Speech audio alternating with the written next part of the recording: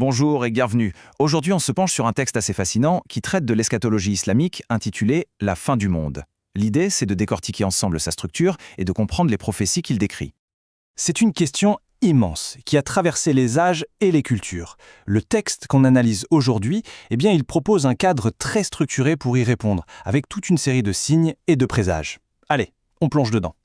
Alors, avant même de parler des signes, il faut qu'on s'arrête sur le concept central qu'ils annoncent tous, c'est ce qu'on appelle l'heure.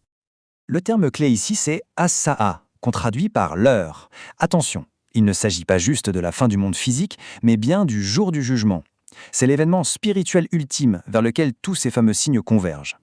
Ce qui est intéressant dans ce texte, c'est que les prophéties ne sont pas juste une longue liste un peu chaotique. Non, elles sont organisées en deux catégories bien distinctes. Et ça, c'est vraiment la clé pour les interpréter. Voilà, cette distinction entre signes mineurs et signes majeurs, c'est la pierre angulaire de toute la structure. Si on ne saisit pas la différence fondamentale entre ces deux chemins, on passe à côté de l'essentiel pour la suite. La différence est très nette. D'un côté, on a des changements lents, subtils, qui touchent la société. Et de l'autre, des événements rapides, spectaculaires, qui ne laissent aucune place au doute. On a donc deux rythmes, deux natures complètement différentes, mais qui annoncent le même événement final.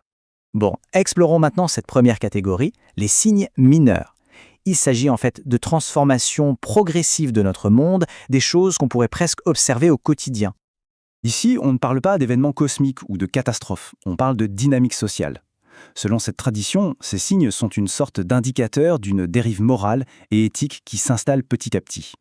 Le texte donne pas mal d'exemples. On y retrouve des thèmes récurrents, comme une perte des valeurs morales, des bouleversements sociaux, une forme d'ignorance qui prendrait le pas sur le savoir religieux, ou encore une augmentation de certains troubles et de crises économiques. Tiens, voilà